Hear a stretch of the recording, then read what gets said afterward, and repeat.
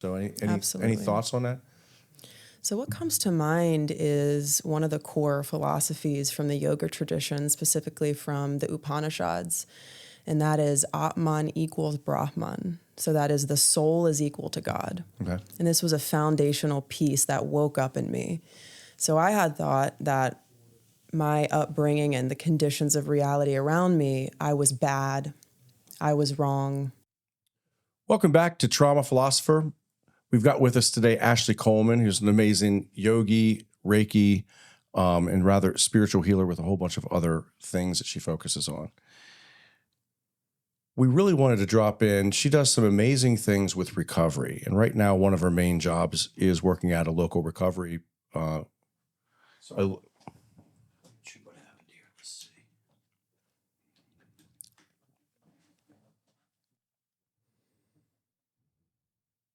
Okay, we're good. Take it from the top. For some reason, we're getting the sound in there.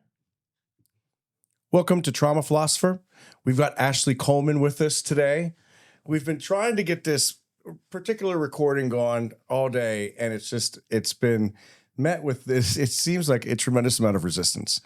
I was stuck. I was late here, I think. There was like, they're repaving the whole city, apparently. You can't make it around Dock Street to get to Maine. You got to move the cars. I mean, it's been an adventure. I feel like we're leaving like the Shire and trying to get to Elrond.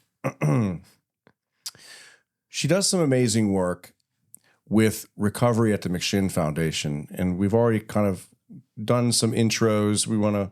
I think we can retry this one. Would you like to take two, Ashley? I would love that. Thank you. Can you tell everyone all the cool stuff that you're doing and the recovery and the people that you're helping? Can you just go ahead and do that, and then we'll drop back into the conversation in a better way, I think. Okay, I would love that. How about everybody, if you're open to it, let's take that deep breath.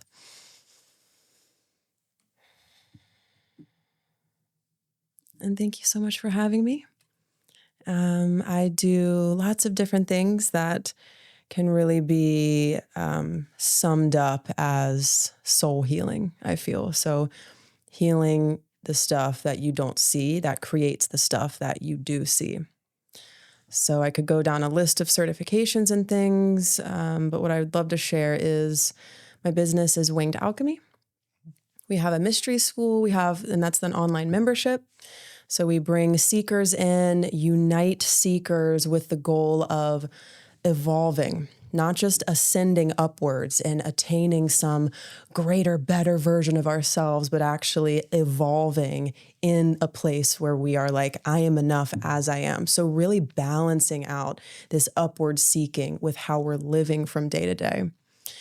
And we go into all kinds of topics, Zen Buddhism, Hinduism, yoga philosophy. So I am now a shamanic minister, and I deeply love interfaith and world spirituality. So more of my esoteric teachings happens in Winged Alchemy and the different offerings there.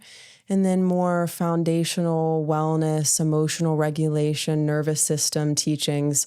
That's more of what I share in the recovery space. Let's talk. Can we drop right into recovery? Oh, yeah. Let's talk about the McShin Foundation. You work with the McShin Foundation. Can you tell us a little bit? You and I actually have like a cool little connection there that we discovered in our other talks. Talk to us about the McShin Foundation. So from my experience and by being on the ground level with the participants, it is a true container of healing.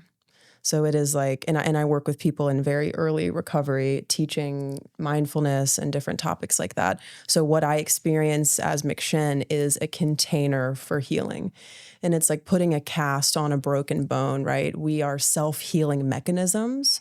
Our mind, our body, our soul, we are a self-healing mechanism that within the right container, we can initiate that self-healing.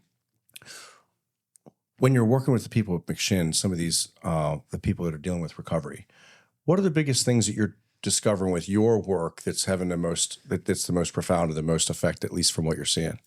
Absolutely. So I want to bring people back into their bodies, and that is foundational. Where is your breath? Where is your body? Because for me, addiction was exercising myself out of my body, getting up, up, up and away. And I share this often, that your body can be in the room and you can be somewhere else. Your mind can be somewhere else, and that's a state of fragmentation.